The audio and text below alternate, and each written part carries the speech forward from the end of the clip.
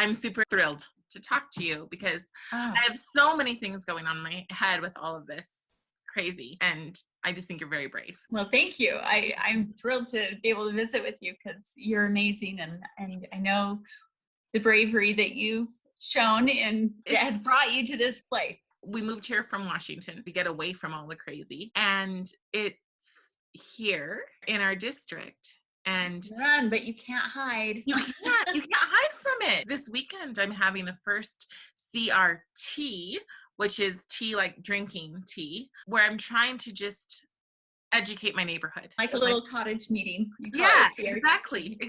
Even though I'm new, I'm like, well, if anybody can embrace this subject where people feel like they have to listen, I've got the credentials. So I want to know, like, how you got involved first. That's the first thing I want to know is how you ran for school board. You're newly elected, right? Yeah. I ran last year. It was elected in November and sworn in January of this year. I was trying really hard to find someone else from my area to run and nobody was stepping forward. And I was, praying, Heavenly Father, help me find somebody good that will actually protect our kids. This was hours before the filing deadline. Oh my God. And suddenly it's like the light bulb came on and I realized that he was pointing at me and saying, this is what I've been preparing you for. And here I'm like, what? I had never, ever considered running for anything. That was, I have no desire whatsoever to go into politics, but I do care deeply about children. After, like I said, I suddenly realized what he'd been preparing me for, because for years I've just felt compelled to learn about the issues and what's going on. And, to the point where I went to the United Nations in New York on 2 different occasions. And then I went again when they were here in Salt Lake, and, following what's happening at the global level and where it's all coming from. And that's when I started paying really close attention to schools, because I was just looking for, those things that affect the family and faith and freedom. But when I realized it's our schools that are the target, that's when I realized I have to get involved at the local level. That's the last line of defense, right? Right. And when did you realize it? At what point? What was your big breaking point where you realized it's in our schools, or that our schools are the target? It's when I was at the United Nations the first time in 2015, and I was in a room full of activists. I mean, United Nations is just a stomping ground for the activists, where they plan and strategize how to drive their agenda. And it's just, I knew it was bad before I went, because I'd read a book all about it, but to be there where, you're seems to be the only normal one, that has traditional values, and to hear how they talk, and their plans. And when I was in this room full of LGBT activists, and the leader, the speaker, saying, we will not stop until this is in every classroom in America. And what is the reason for that? I mean, where we were a little while ago was that, everybody, in my opinion, they won. They got legal marriage, right? So that's all they said 10 years ago. We just want to be treated like everybody else. We just want to be normal. We just want to have this ability to love and to be with our person. But I don't see a lot of love coming out of the movement towards people who dare to not completely embrace the movement. Right. It's really interesting because they talk about, being loving and tolerant and inclusive. And yet at the same time, they're setting up all these LGBTQ clubs, and they're, that are very exclusive of anybody that doesn't agree. Right. And they say they're about diversity. Well, but no diversity of thought is allowed. I was talking to a young woman who is gay, and she was saying, I don't like what's in schools. I don't like it because it is telling me that if I'm gay, then I can't be a Christian. And regardless of how a person feels about that, that person identifies as a Christian. That is a huge part of the way that they are. Yes. Yeah. It's the same problem. if I had, sometimes, so I'm a member of the Church of Jesus Christ of Latter-day Saints, right? And, once in a while, there's somebody on the news that is promoting this kind of radical element, and saying that they represent all members of the church or all women in the church, right? There's this big push for women in the priesthood, right? And this kind of this activist or radical element that is trying of members that are trying to force the leadership of the church to change their stand on women in the priesthood, as if we were a political organization and they can lobby the leaders instead of a religious organization that take their direction from God. It's very offensive to have somebody say that they speak for me. And I did an interview this last week with Ryan Wood, who is also known as Lady MAGA, a conservative gay man, politically conservative, yes, I should say. And he was saying the same thing, that these LGBTQ activists pretend to speak for all gay people. And he says that couldn't be further from the truth. I don't agree with them at all. This stuff should not be in our schools, period. Right. That's not what school is for. It's for math, reading, writing, science, history. Learning to think. It's for learning to think. It is not for indoctrinating our kids. Yeah, our kids should not be being sexualized. There's a window of latency in childhood where sexual feelings are not part of the equation, and that's important for healthy development. That child is going to have mental health problems for the rest of their life if that's opened prematurely. Well, and that's is that I've always thought, if we teach kindness, actual kindness, not be kind or else, right? If we teach kindness, we don't need to teach these other things. You don't have to go down these rabbit holes with young children or even teenagers. I have a teenager. You don't have to go down that. If you just go with I have a young teenager, and that shocked me, the post that you made, that you shared yesterday about that 13-year-old boy and what he saw. Hell hath no fury if that came through my son's school. Right. I'm just like, that's the stuff where I'm like, all right, I don't live in Davis County. I don't live in Salt Lake County. Is it in my county? Well, that particular situation came through the statewide online learning program, the statewide online education program, which is available to people throughout the state. So what do we do? Because when I go to the school board meetings, which I go to every single one of them, my local ones, and they say it's not here. And they also say, well, we don't really follow the same union. We have our own kind of pseudo union because we're so small and we tend to be on the conservative side. However, the first day of school, they came out and they asked kids their pronouns. And it was actually my little LGBT, my little gay friend who said to me, I did not like that. That made me feel uncomfortable to be kind of tokenized, and also to be expected that if I'm this, then I must be this, this, this, and this as well. And she's like, I'm not. I just happen to be attracted to females. And I just thought, and then I went to the school board and I asked them, and they said, oh, well, that was just an accident because it was a mistake. It was a mistake we made in statewide training that one of our teachers went to. And I'm like, how many mistakes are you going to make? And I go in and I ask them flat out, I say, we want to support you. Teachers who will say, we are tired of you mistrusting us. We are tired of you. We're your neighbors. We're your friends. We're on the same side. And I'm like, good. I've always been friends with teachers. I want to continue to be friends with teachers.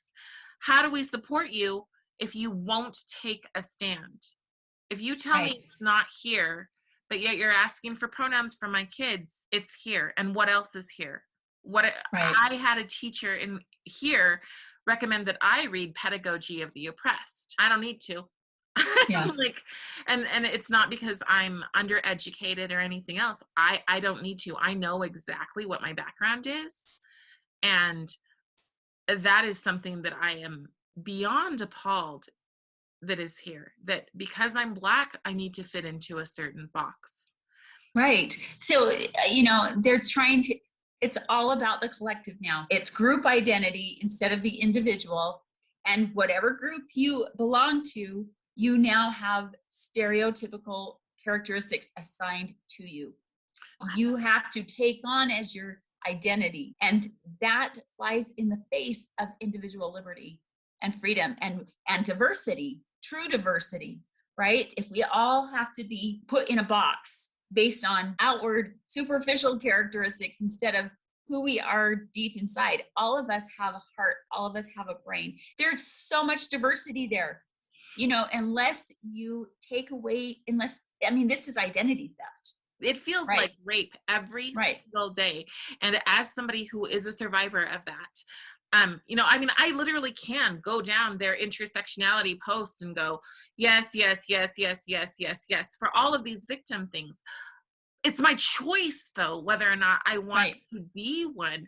And how dare you assume, like in Washington, they went to my son and they said, you need to identify as oppressed. You need to identify as your oppressed side and reject your oppressive side. My son is 3/4 Caucasian. Had he done that as a little 7th grader, he probably would have ended up with a black eye. And I'm wondering who really believes this. I mean, does the school board really believe this, or are they just like, because I don't think it's a paid position, is it? We get paid per meeting. We Okay. have 2 days worth of meetings a month. Okay. So it's a very small amount. It's a stipend. And this is Okay. this is certainly not something I do for money, because I do this like it's taking all my waking hours these days. Or But, do we just have a state board of activists in Utah? I would not say that if you asked any one of them, they would probably all tell you that they're against critical race theory. But their understanding of what critical race theory is or how it's getting into the schools varies widely. And most of them would say it's not being taught in our schools, or if it is, our rule will take care of it, which the rule was implemented August 9th. Has anything stopped? Things are picking up.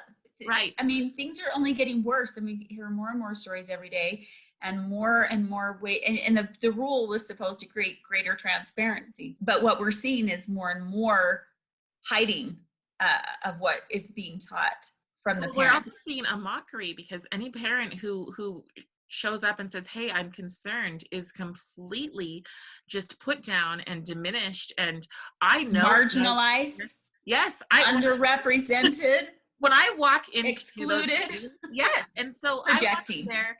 I'm not a yeller. I'm not a screamer. I walk in. I read something that's prepared. I am polite. I try to be kind. I try to say, hey, I want to work with you. I've even said, look, if you're worried that your curriculum is quote unquote only by old white men, I'm happy to come in and to look at the curriculum. But when I made that appointment, all they did was kind of shut me down. Oh, we don't have that here. Oh, we've never heard that would not pass muster here. We're not going to do that. And I'm like, well, can I see the books that you are going to use?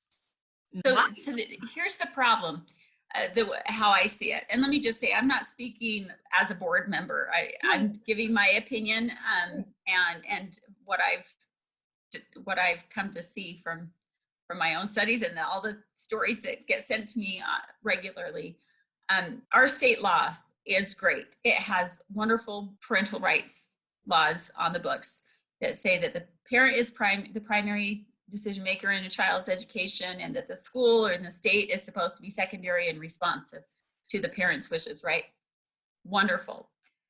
There's no teeth in that law, but it's there, and it's great verbiage, right? And parents have tried to use that when they've gone in to express their concerns and say, it says I'm the primary and these are my concerns. So what are you going to do? They'll often, if the parent goes alone, say that, that parent, you're the only one that seems to have a problem with it. We haven't heard this from any other parents. So, kind of making them feel really small, like, what's your problem? You're just a prude or whatever. Or the parent comes back with more parents that are also concerned, and they will try to, write off all the parents as crazies, just paint them as crazies, instead of that they have a legitimate concern. Or like up in Davis School District with the Mike Brown case, he went and spoke during public comment, was so civil and respectful, and they didn't like what he said, or that he wouldn't social distance from his wife. He moved his chair over next to his wife that he came with, and apparently the superintendent didn't like that and issued a restraining order against him, so that he was no longer allowed on the school property for an indefinite period of time. No one knows when it will end. And so, he dropped his daughter off, or the mom dropped her daughter off for I think an extracurricular activity after school. And after the mom dropped her off and left to go somewhere to another appointment, the daughter realized she had the wrong time or day, and so called her dad to come pick her up. Since the mom wasn't available, he came to pick her up and walked onto the property, and it was immediately arrested. So you've got a situation here where why would they do this, right? You have law that protects parental rights, but then you have the other side of things that most parents don't stop to think about. All of these curriculums and programs, the districts have signed contracts with these companies, right? Or they've taken money from the federal government that requires them to spend so much money on certain kinds of programs, right? Like social emotional learning. And so when the parent comes in and complains, yes, the law says that, but there's no teeth in that law for parental rights. But there are definitely consequences for breaking contracts or money that you took, right? School has to choose. Do we side with the parents, or do we break a contract, or do we stick with our contract and not? If we break that, there's going to be legal repercussions. These companies that have big money, right? Right.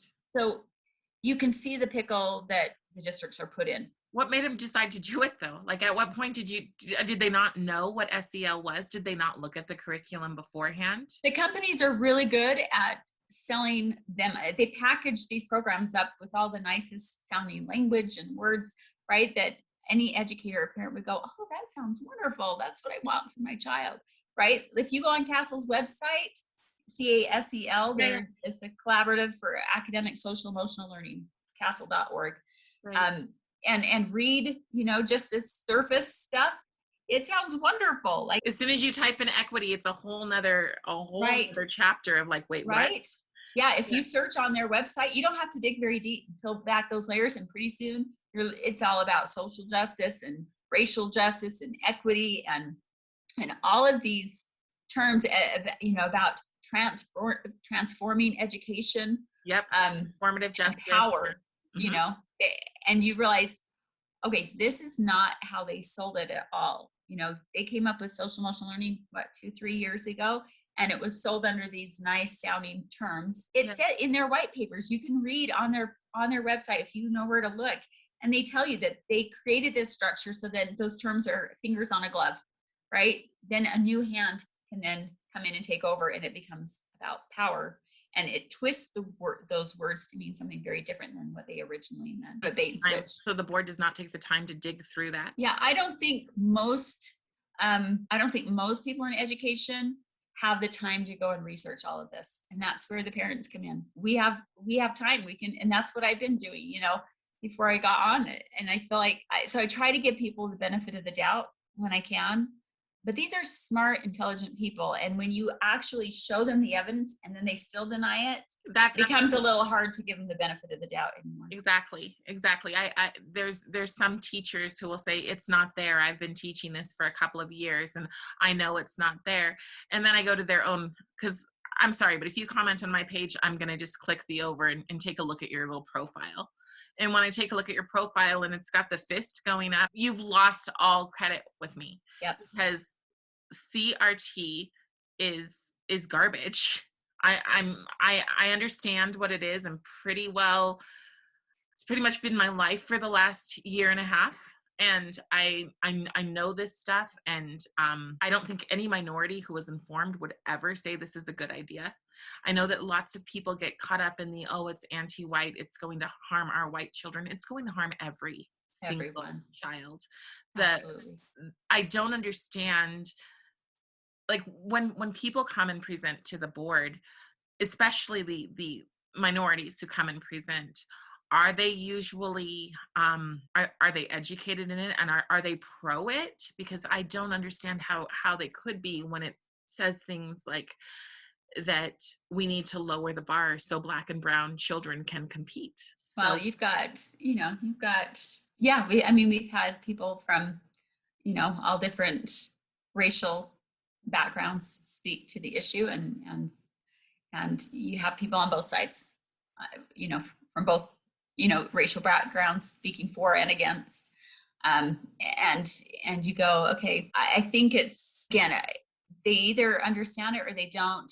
There, you've got those that are activists that know exactly what they're doing and pushing right, an agenda, right? And then you've got those that are complicit, that are afraid to speak out for fear of their job, or they just want to go along to get along or be liked or have part of the club, right? Because in education, it's very cliquish in a lot of ways, yes, and you want to be in with this, the popular teachers. I mean, it's like junior high all over again, right? But I on agree. the adult level, or those that are just completely ignorant, right? And it's hard to always know what category they fall into, as far as their level of understanding. Those that truly have the best interests of children in mind have an obligation to dig into this and figure out what it really is.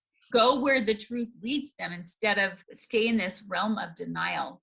Because if you recognize the truth, then and you admit it, like, and acknowledge it, then you are obligated to do something about it. And that's a hard place to be, because it's like a David and Goliath story. You are going up against something so big that goes Yeah. so deep and so well funded. I mean, it's so completely embedded into everything throughout education that it's overwhelming. And you go, wow, where do you even begin to try and unravel this mess? Is it even possible? If you were able to extricate it, would the system even be able to stand anymore? Because it's part of everything. The teachers in the teacher colleges, they're indoctrinated into it. I spoke with a teacher that recently graduated, and he said every paper I had to write to get my teaching degree, I had to write through the lens of critical race theory. He was one of the few that could see it for what it was, and he played the game so he could get his degree. But most cannot go through that whole thing without becoming indoctrinated themselves. And so these are our educators, right?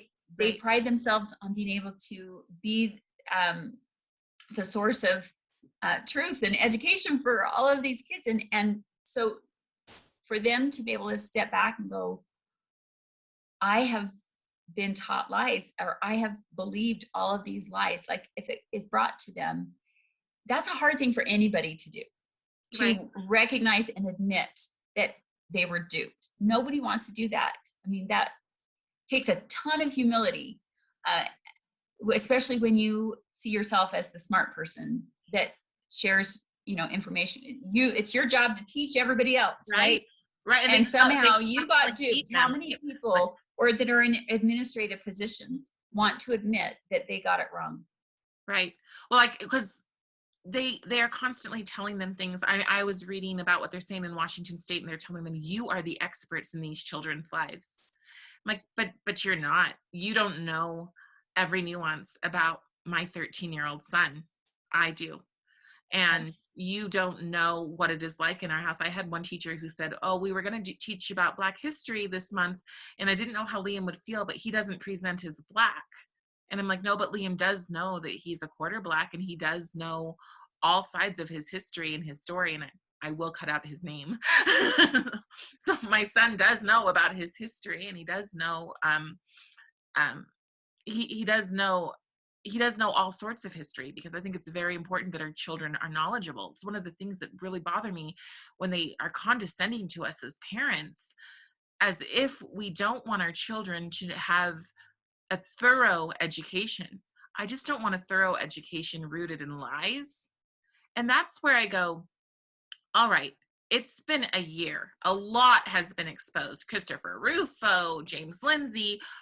It is out there if you want to see it. And then you go and you look at the other side. I've put myself through the pain of watching YouTube debates between critical race theorists and those who are anti. And some of the things that the critical race theorists will say are like, well, we don't really believe in the written word. And you just go, At what point does the Atheistic. normal everyday person go, they don't believe in the written word. They think that socialism is a good idea when anybody who knows anything about history knows where socialism has led. Mhm. And yet we're saying, but it's okay. And we don't have, I don't have another word for this, so I hope it's not offensive, but we don't have the balls to stand up and say, hey guys, no more, Yeah. not with my children. It's like the fable, the emperor's new Oh, clothes, right? I I tell mean, people this nobody all dares the say time. he's not wearing anything, you know. Instead, everyone goes along with it. Oh, it's wonderful. Yeah, Isn't but it beautiful? what do you think that leaves? What do these, especially Kids. the white males on boards, where do they think that's going to lead them? If these people get the power that they want, their jobs are gone. Yeah. Because I've seen it happen. I came here Yeah. from Washington. I saw Evergreen College. I'm like, Right. they will wipe you out. If And anybody hasn't gone on YouTube and watched the complete story of Evergreen College, it's like a Friday night horror movie, but it's real. And yeah, it's where this leads, and it is frightening. And and anybody that sees that and stays quiet, I yeah. think will be held accountable at some point for Well, and not I feel speaking out. like our, and if we need to cut this out, it's fine. But like, how in the world is our conservative governor's wife heading up SEL? Have you met her? Is she woke? What is going on there? Because I have not met her. okay, I'm sure she does not consider herself woke. I'm sure she thinks that this is, wonderful. then how Because is that? she's had a good sales job done on her, like everybody else in the state that thinks it's wonderful, that hasn't taken the time to actually research it.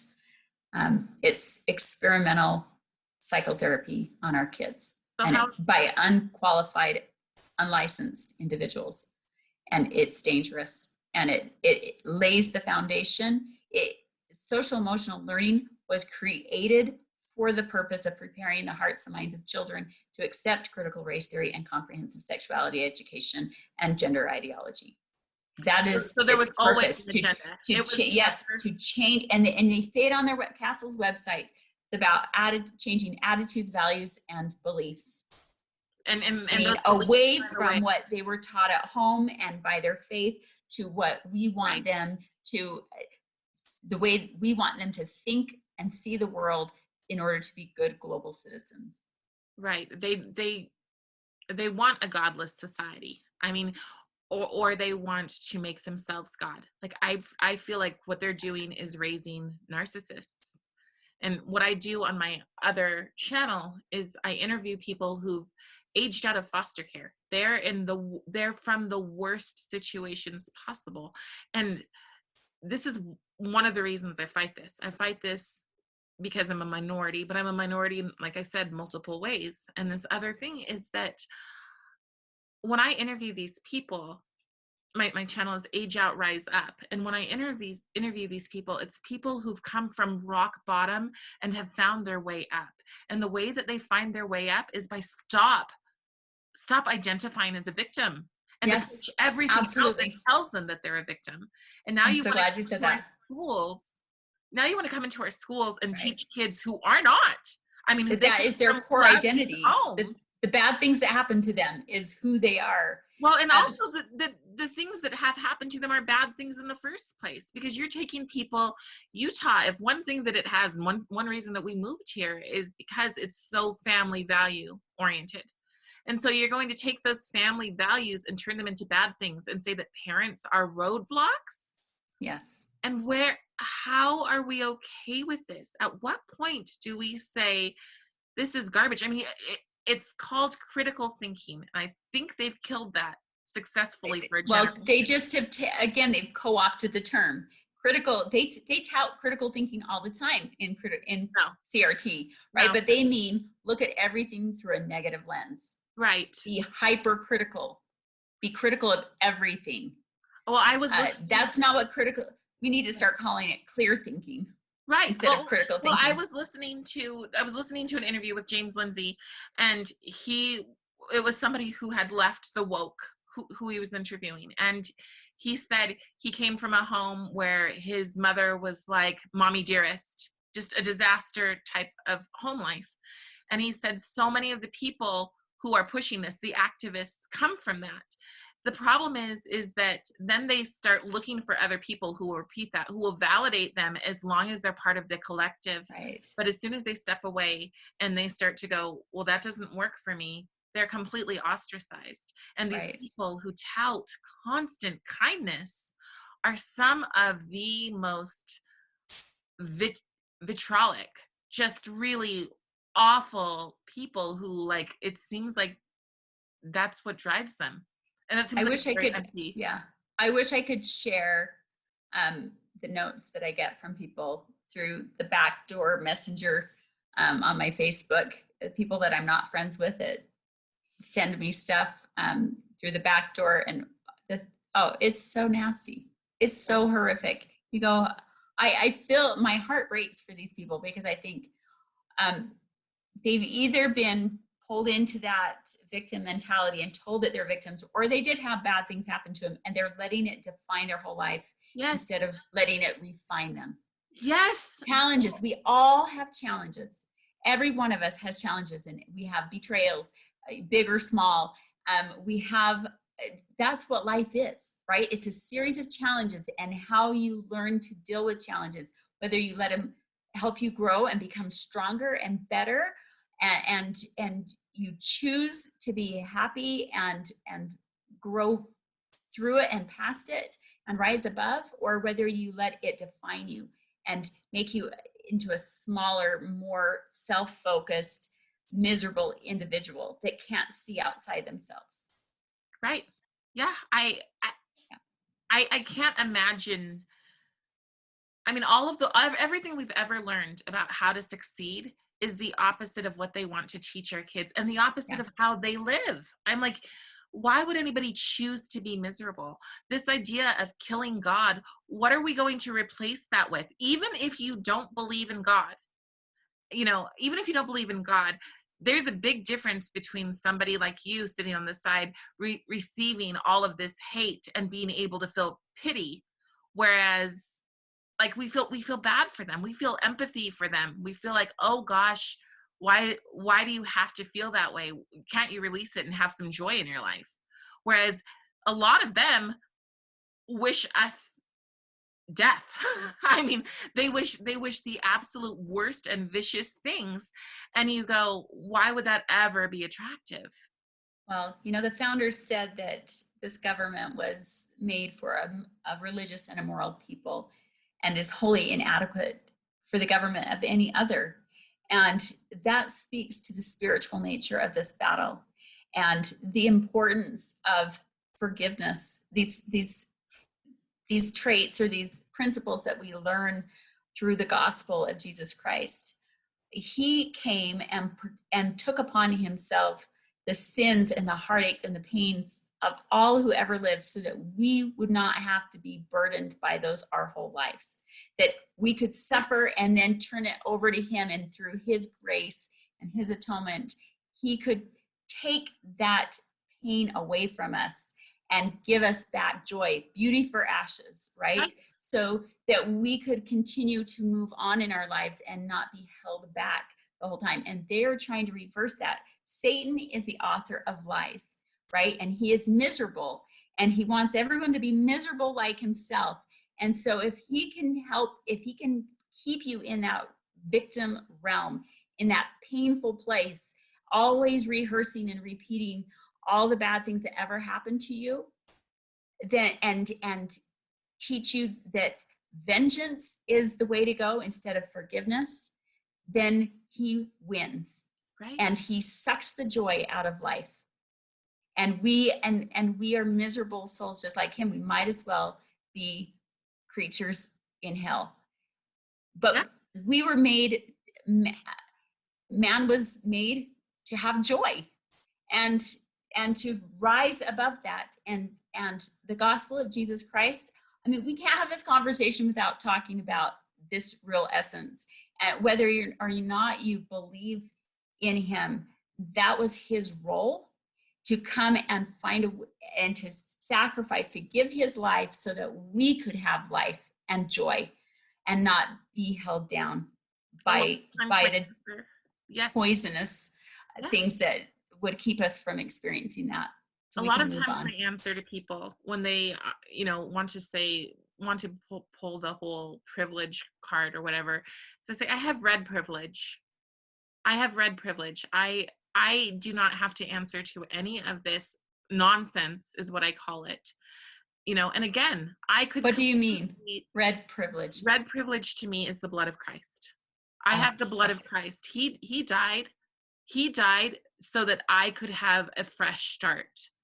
And if anybody needed a fresh start, take a kid at 8 years old who runs away and puts themselves into foster care, because life is absolute hell and never is adopted and ages out of care and goes through every kind of abuse and neglect and all of those kind of things, doesn't have a high education, learns everything on their own, and finds joy in the fact that there's beauty in this world, finds joy in the fact that every single person that just contributing and giving back to other people in a way that gives them purpose is beautiful. And I would not have that if I let the bad things that have happened to me my entire life just push me down, down, down into the gutter, and I never saw any hope. I never saw that I am somebody's precious and beloved. I'm not talking about my husband's, but I'm talking about God's. I'm God's precious and beloved. And the idea that we would strip that from our children or say that it's fictional from our children, even if they grow up to not believe it, that's their journey. It's not a teacher's job to do. It's that is, to me, that's complete child abuse. You don't get to take away my child's hope. And I believe that hope comes from Christ. And that's my own personal thing. I understand that there are people who are not religious, but what's the alternative? If the Well, alternative is to be ugly and to hate, I'm not interested. yeah. Well, I really feel like this is a battle to take away our religious freedom, our right to have that belief, Right. right? Because it goes against the narrative, and it says that there is a higher power than government that we are accountable to and that we turn to for direction. That we live our lives by a higher principle. And if the government wants to control us, and then they have to remove that belief, right? Because we will not be truly beholden to the government if so long as we believe there is somebody above them that we are accountable to, and that we have a higher law that we're trying to live beyond what the government says, or that our rights come from God, not from government, right? So religious freedom gets in the way of the government that is trying to take power and rule over us and turn us into subjects. Which is We crazy. can, Go yeah, ahead. Yes. No, we will not be subjects yes. to the government. I mean, even if they try to take away all of our freedoms, if they cannot squelch that faith within us that gives us something more to hope for in this life or the next, then they lose. Right. So they're doing everything they can to minimize or belittle that idea that that's just for crazy people, and all of these identity groups that they want us to join are a distraction to make us forget our true identity as sons and daughters of our Heavenly Father, and brothers and sisters with each other. They're trying to erase gender. They're trying to erase family. They already did it to marriage. When you said, they said it's just about, we just want to love who we want to love. Well, I've heard interviews with some of the activists that said that who back, when this was happening with marriage equality, said, oh, they don't understand that once it's not about us being able to marry who we want, it's what we're going to do with marriage once we get it. Yeah. Meaning we are our goal is not to be able to marry who we want, but to destroy marriage altogether. Right. Just like they're trying to destroy gender altogether right now. Something I just learned today, and I've got the video, I'll send it to you. It's shocking, and you will appreciate it, because they talk about how a lot of these kids that are being targeted for the trans movement are foster kids, right? Yeah. But the trans movement is a bridge. You have this, the LGBT movement, and then you have the trans movement, which is about confusing the genders, right? And it's a bridge to removing gender altogether. They have gender transition surgery, but now they also have gender nullification surgery, where where after the surgery, it's like a Ken or a Barbie doll, where there's nothing down there, it's just smooth, and you're genderless. Well, that makes sense for people who believe that we're overpopulated, right? I mean, Yeah. I think that's, Yeah. I really do believe that I believe that there is such thing as gender dysmorphia. I just think it's very, very rare. It is not Yes. 1 in 6. It is Right. only becoming 1 in 6 because we are pushing it on children. And it doesn't mean that they don't have a gender or a biological sex. Yes. Even those that small minority that they call intersex, which is a medical condition, not a biological or a sexual orientation issue.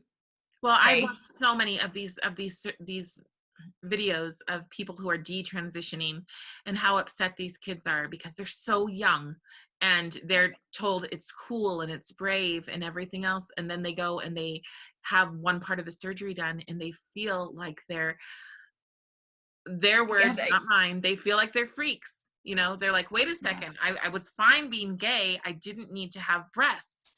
And then they have to go through way more surgery to detransition than they did to transition, and way more counseling. Yeah, a lot of times it's irreversible. Well, and there's suicide, and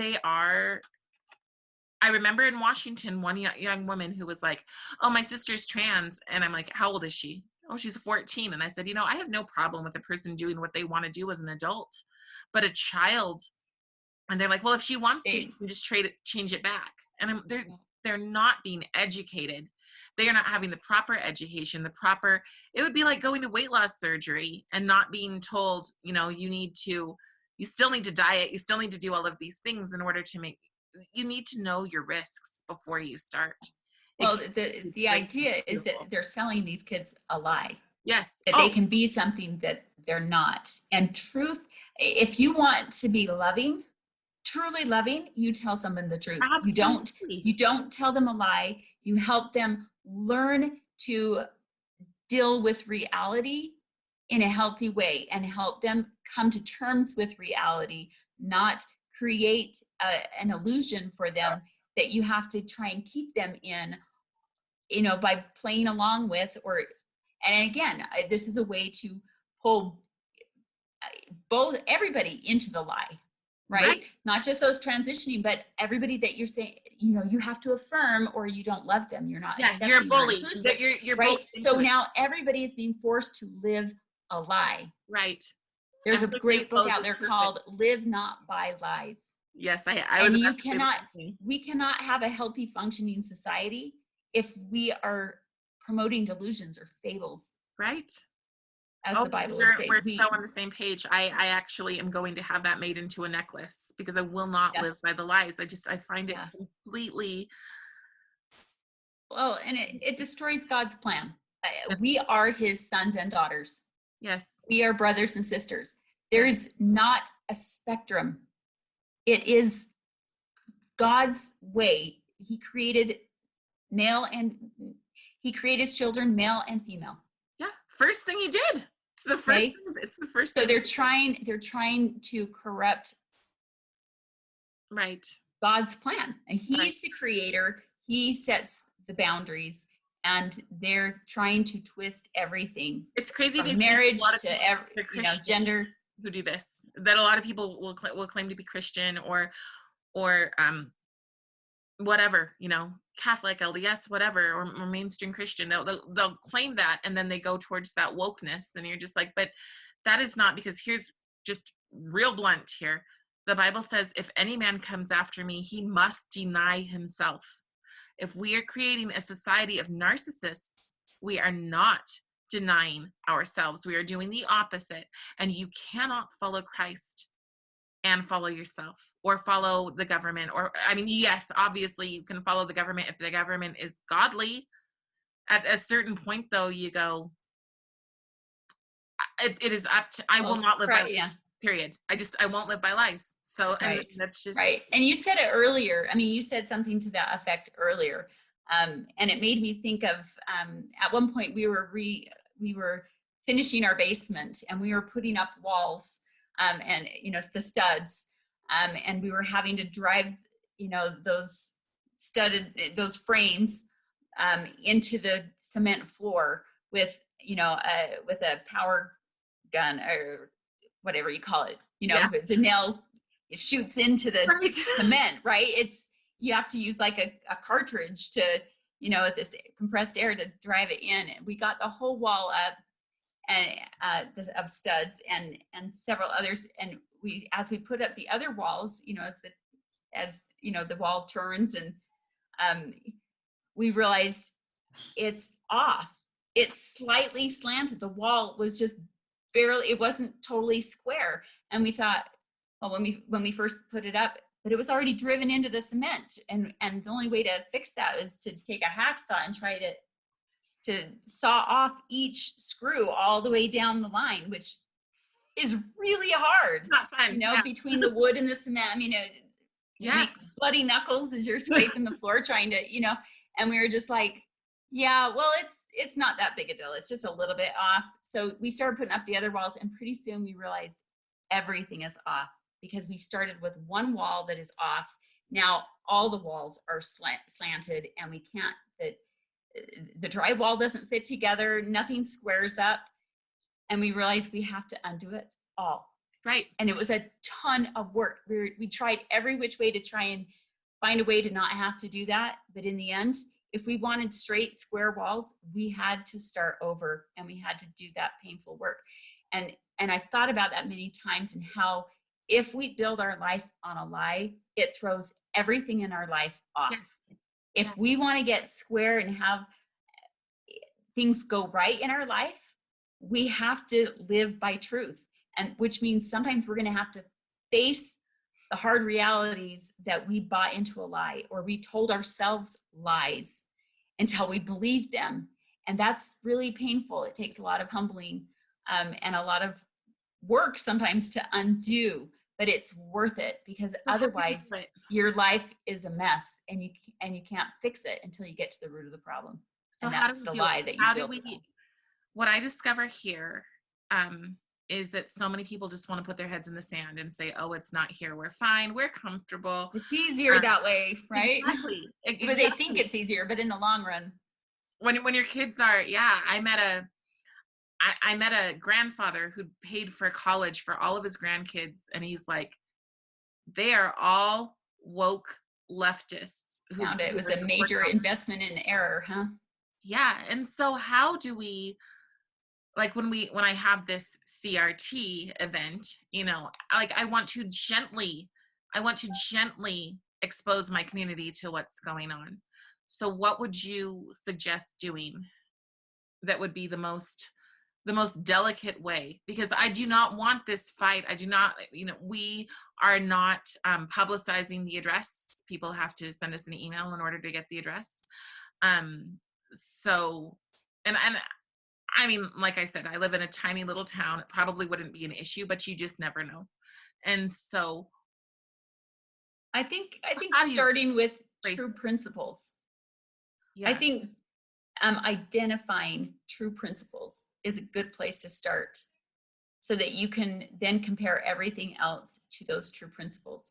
And true principles, or proven principles, are principles that have lasted the test of time. Right. Like gratitude. Right? Like the gratitude is extremely important to joy. Right. Versus constant resentment. Right. Critical resentment. So identifying those, and then kind of doing an inventory of your life to say, what in my life squares up with these principles and what doesn't. kind of like the wall example, Right. what's off? Do I So have crooked walls in my life that don't square up with these principles? And if so, what do I need to do to get back so and how do we do that fix pertaining those to things? schools? How do parents do that pertaining to schools who are afraid of, I mean, I'm no longer afraid of making waves. Right. I'm like, I'm a tsunami. Yeah. So, but I used to be, and to me, it's just a matter of when a neighbor tells me, when I say, I'm afraid they're going to bring out prison camps for Christians who don't want to give up their faith. And a neighbor looks at me and says, well, stop being a Christian. It makes me go, I don't They're know what. they're they're like the cattle with the ring in his nose and easily Yes. led about, right? Because it hurts. So I just go wherever they tell me to go, uh, rather than stand on principle, right? Right. Well, if that's how you live your life, you have no life. You only have the life they tell you have, and Right. you've lost your individual freedom. So let me ask the hard question, because my husband was reading a tweet that somebody had wrote about you the other day. Do you consider yourself homophobic? No, Okay. I don't agree with the lifestyle at all. Okay. But I've met several really wonderful people that ascribe to that lifestyle. They're not the activist LGBT people, Right. but people that, I understand that there are people that struggle with same-sex attraction.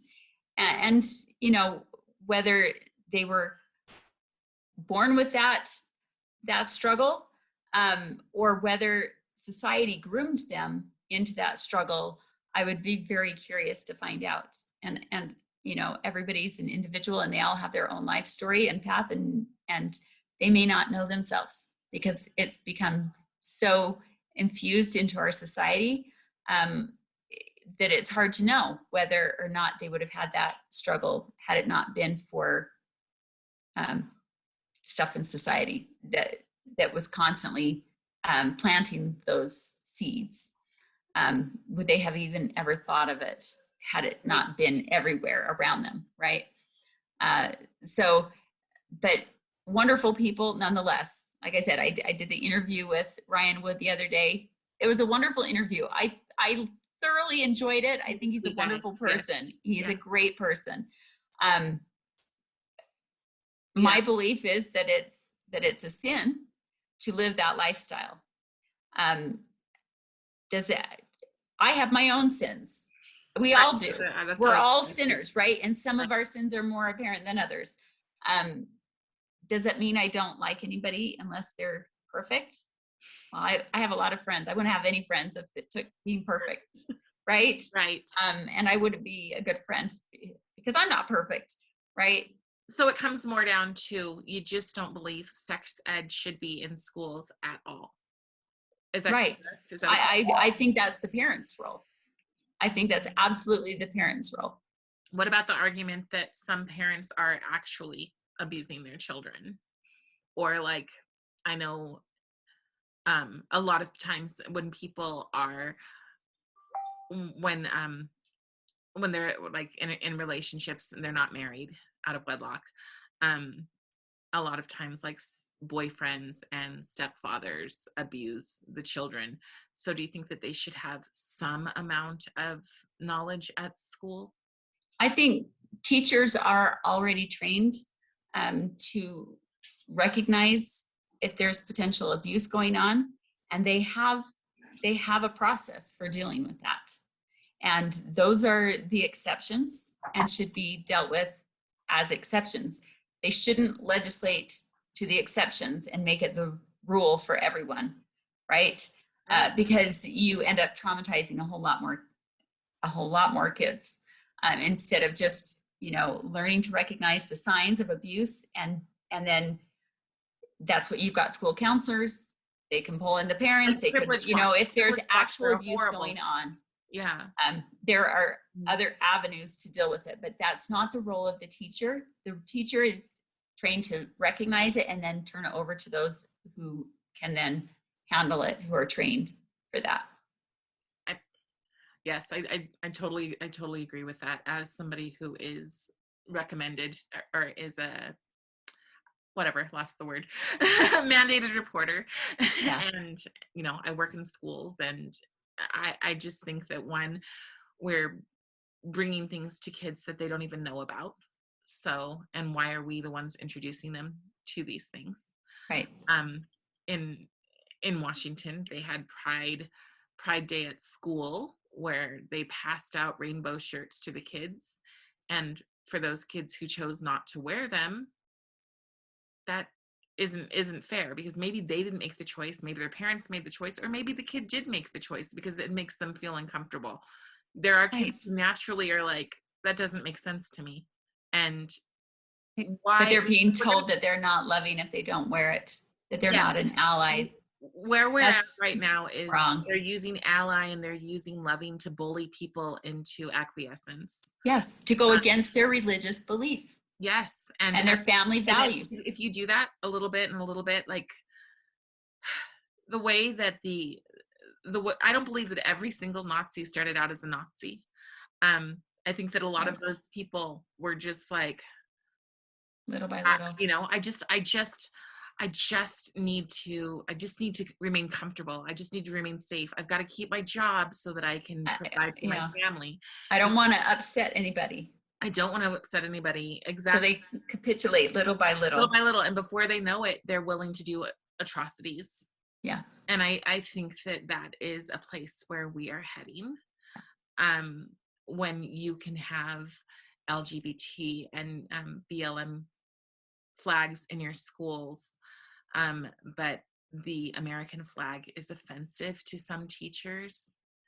These are the Right. kind of things that make you go, Yeah. Yeah. that doesn't And seem I very mean, tolerant, right? I mean, right. if we're going to be tolerant, then Tolerant means appreciating diversity of thought, yeah, diversity of belief. yeah. Okay, I've got two more questions for you. My question is, the board, has it been presented with things like the state school board? Has it been presented with is it the Mets?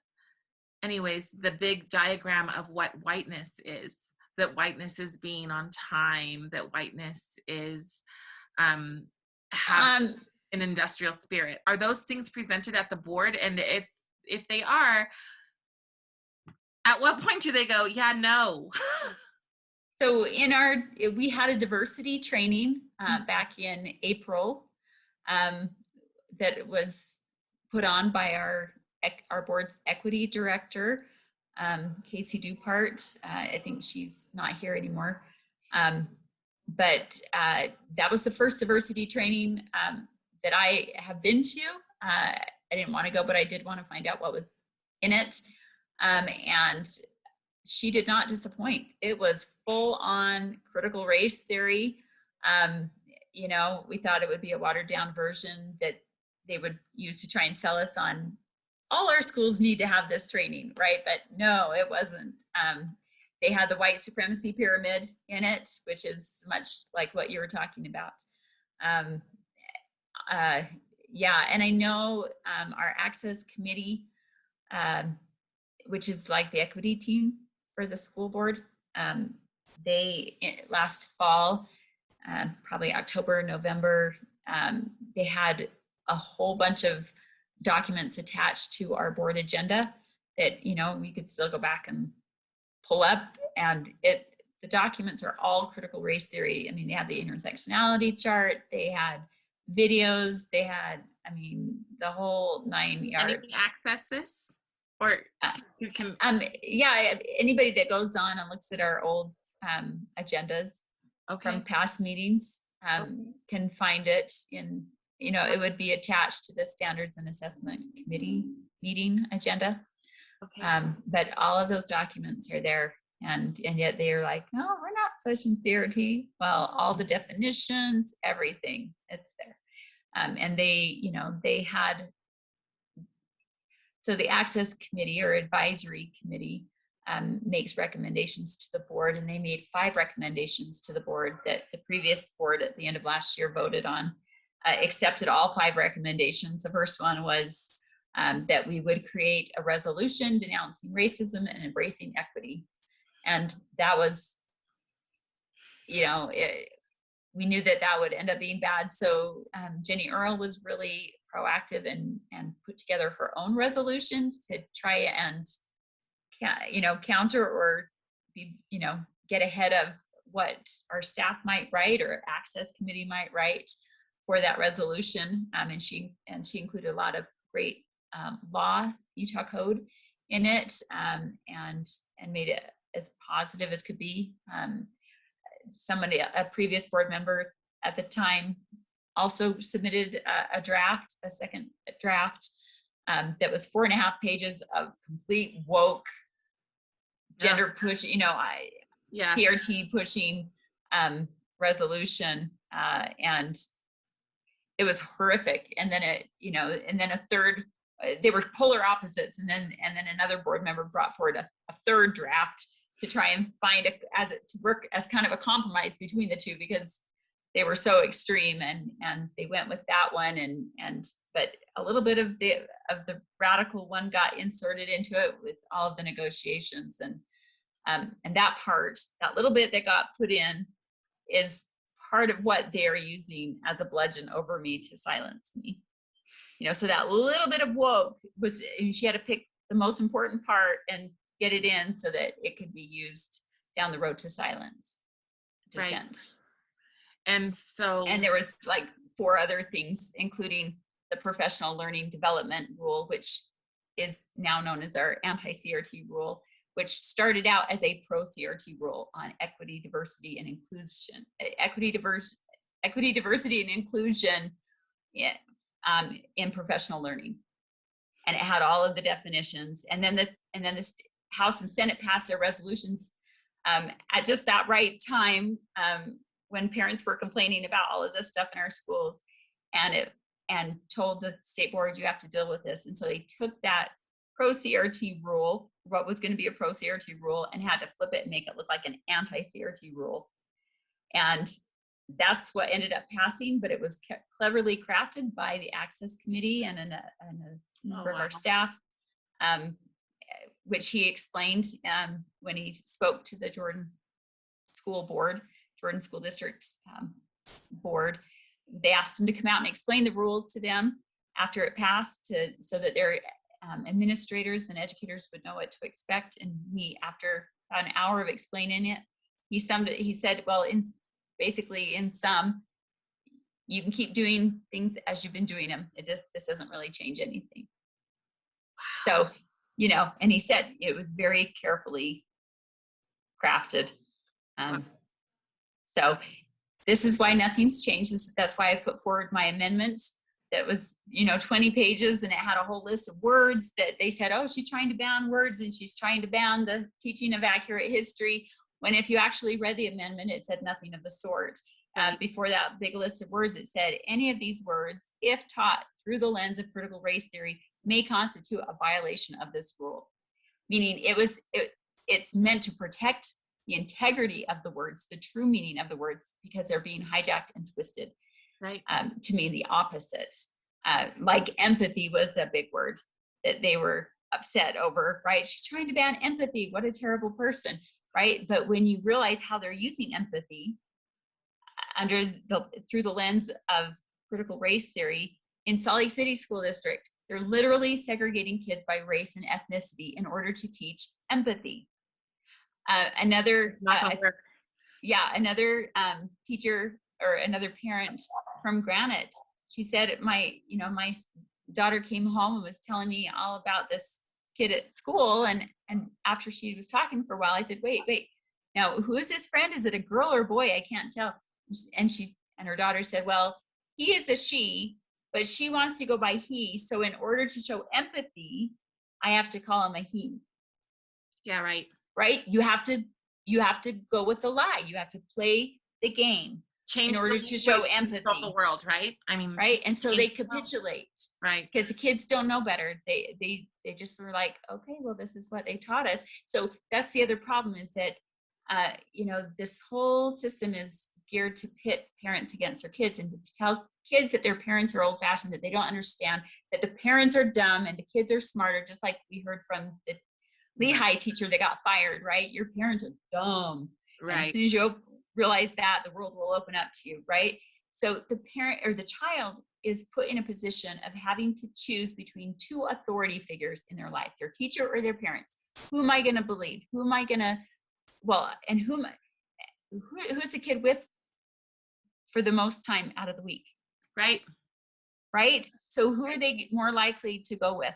And who can hold a grade or a punishment over their head if they don't Well, go and along with who it? has the time to and puts the lessons in to be cool, fun, hip, and relate to your kid? Right? You know, Right? it's like your So you parents, can like, see quickly how easy it is for teachers to take that role, that power. They're in a position of power and are using it to exploit or manipulate these to kids. groom our kids. Yeah. Flat out grooming our children. Like, Yeah. so many of these things, when I was a foster parent, it was like, you don't, if a child admits that they've been abused, you cannot give them words to explain what has happened. You have to just listen to them, but you can't groom them. Whereas what I'm seeing, it looks like they are literally grooming them. They are giving them their words. They're planting words into their heads that they'd never have in their head. Yeah. And words that parents don't understand. Right. Yes. And They parents, speak it, they so teach them many a whole parents, different language. Yeah. so many parents just are like, I mean, I used to say it. I used to go to every single teacher and say, all right, while my son is in school, he is in your hands. I am here to support you, but you are the head person while he is here. So just let me know whatever I can do to be supportive. And then they read 3 books about gender fluidity to my child in 5th and 6th grade. And I was like, we're done with that now. I will not be doing that. I'm going to take an Right. active. I was an active parent. I've always been an active parent. Well, you But want I to give your trusted. trust. I Right. trusted that why in the world would you work with children unless you really wanted to see every child succeed? Right. But now it seems like success is something that is not on that goal list. So my next I guess my last question, what should we be doing? What do you think? Truthfully. Because I'm like, I mean, I'll just tell you, my son's not in public school. Yeah. Yeah. No. I hate to say it but I've watched this play out so many times. So many parents that, we start by educating the parent and helping them know what to look for. And as soon as they realize something's off, and one of these things is actually happening in their school, and then they go to the school and they think, okay, I'm going to make a difference. All I have to do is talk to them, and they'll fix it. And then that doesn't happen. They get swept under the rug, or painted as crazy, or ignored, placated, marginalized. I see it happen over and over and over again. And so where the mission was initially to educate parents and get them involved, so they can be the eyes and ears and work with the schools, because schools are beholden to other organizations or contracts or the government. The parents are finding really quickly that they really don't have a say. And until we have better laws on the books that have teeth to protect parental rights and hold these teachers accountable, parents are going to continue to get the runaround. I'm afraid that that's what's going to happen. And so, and like I said, it's so embedded in the system that even if we were able to extricate it out of the system, that the woke teachers, we have some good teachers, but they're afraid and they're not saying anything, right? So I'm talking about the activist teachers, which there are activist teachers in every school. That doesn't mean every teacher is an activist, but there are activist teachers and administrators in every school. And even if we were able to get that out of the curriculum, it's still in their minds, right? They still have this worldview that they teach through, and they can take any good curriculum and twist it. Because it's like with Russia, right? When it used to be the USSR, and then we And then we were able to, you know, Mm-hmm. dismantle that, right? Mm-hmm. And it became Russia. And did we get rid of communism? Not really. I think people thought we got rid of communism, but it just went underground, and it Right. revamped and it came up with a new game plan, their 100-year march through a cultural revolution, a slow march through our culture till they could take us over.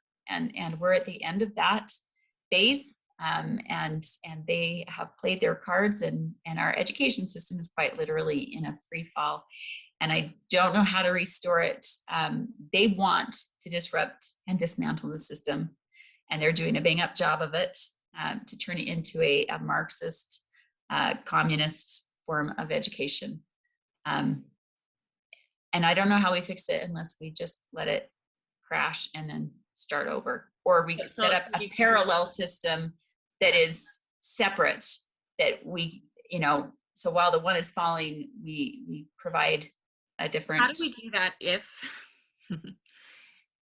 we're on the definition of a coup? All right, I feel like we are on the definition of a coup.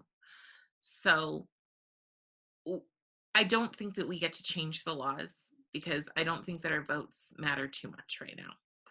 So where does the hope come from? How do we do this? Because it sounds like maybe, I mean, I'm pretty much on that abolitionist side too. I'm like, if I will stand and I will defend and I will fight for, and I'm like, use my face. You can use my brown face to say Neva's got it covered, but you cannot not stand. Right. You have to If you don't stand. stand, then we've got a massive problem, and I'm going to fight you. And that's what the board told me. They were like, we were on your side while you said, let's work together, unless. But when you said unless, and I'm like, no, the unless is not changing. You cannot bully me. There's nothing that they can do to me that I haven't already experienced in life. So I'm like, go.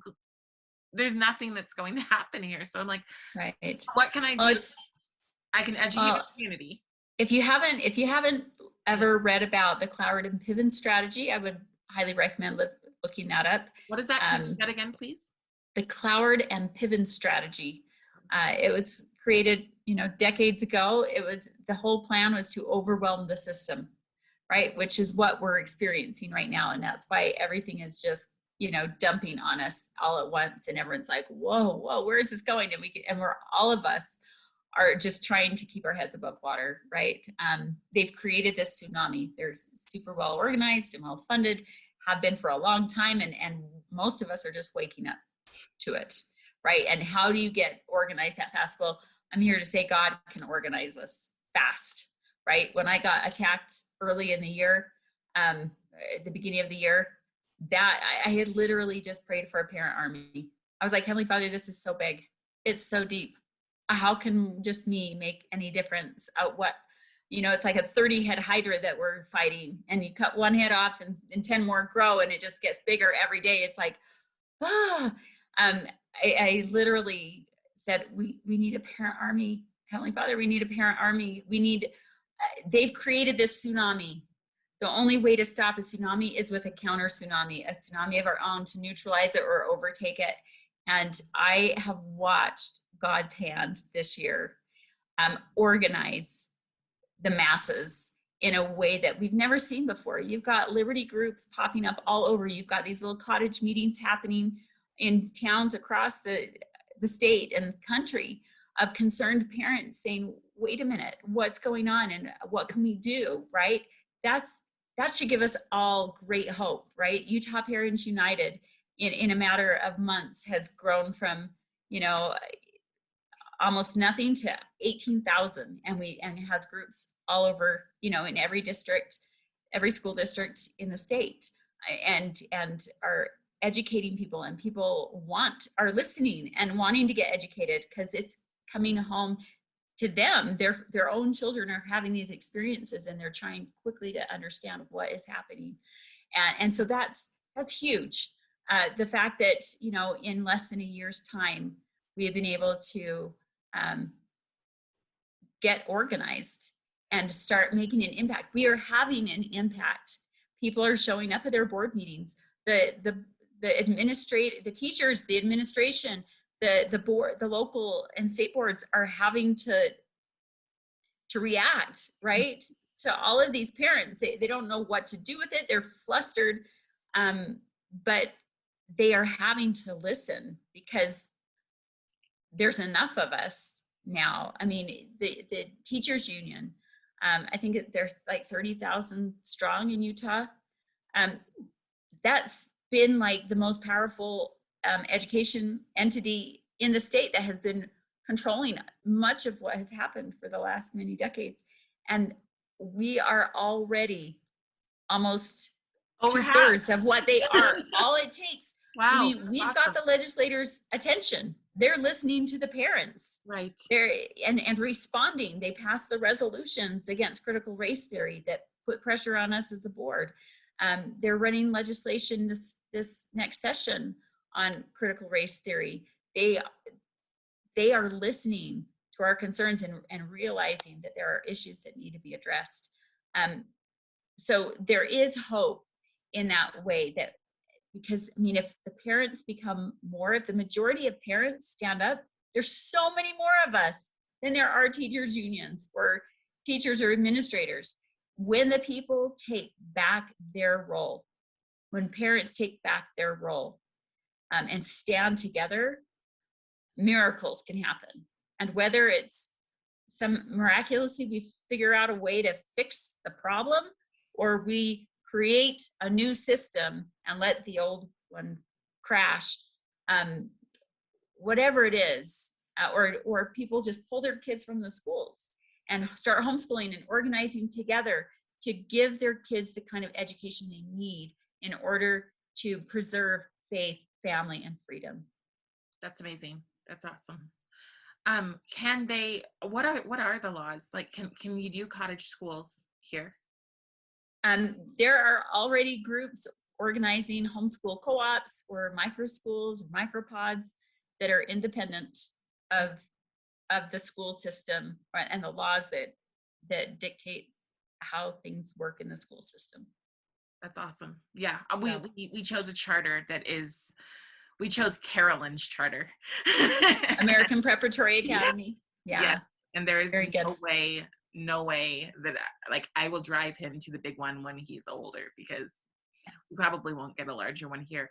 It's very weird here in Utah that people are against charter schools. I don't understand it. So I'm like, man, you have an opportunity for a high-end private school education. Well, that's not a guarantee. No. But yes. Yeah, charter schools are public schools. They're publicly funded, and so they fall under a lot of the same mandates.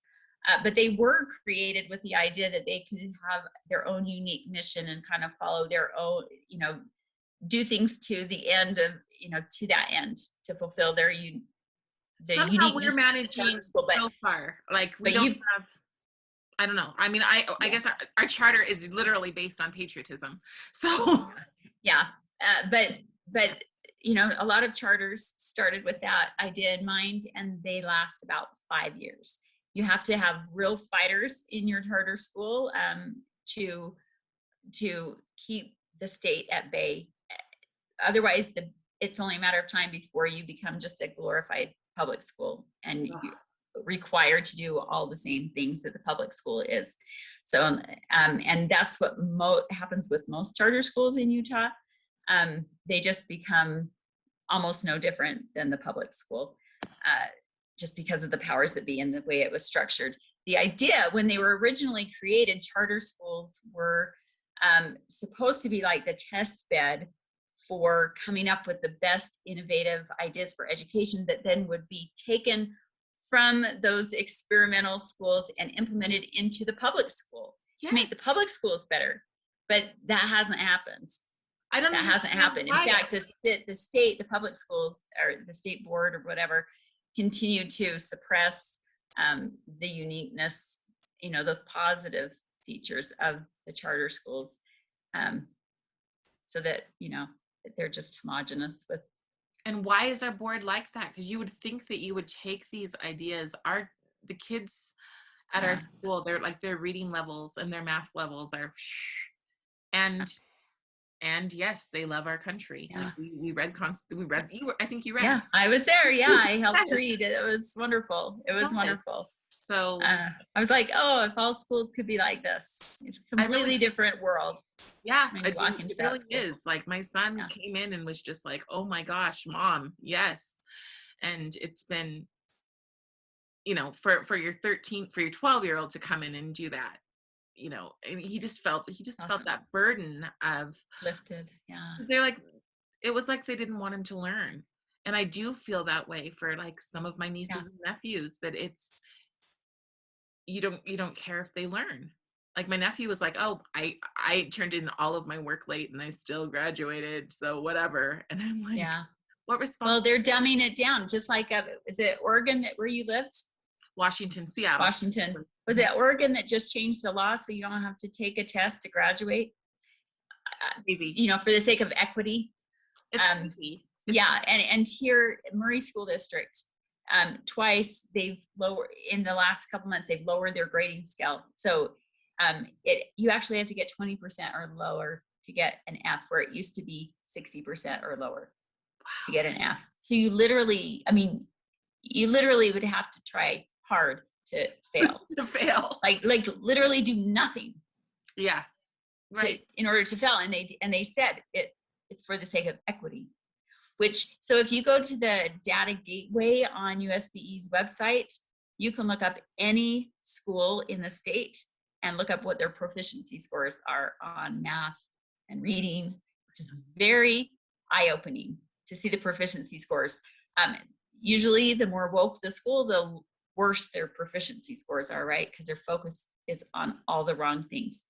But even, if we start messing with the grading scale, then it could look like they're maintaining when actually they're getting worse and worse and worse, just because they keep changing the scale so that they can keep the grades looking like they're still. Natalie, don't any of them realize that their bigotry of low expectations is extremely racist? Yeah, it's totally. And I brought it up several times. I mean, and Biden's executive order from his first day in office on racial equity actually requires schools to disaggregate data by race so that they can show an achievement gap.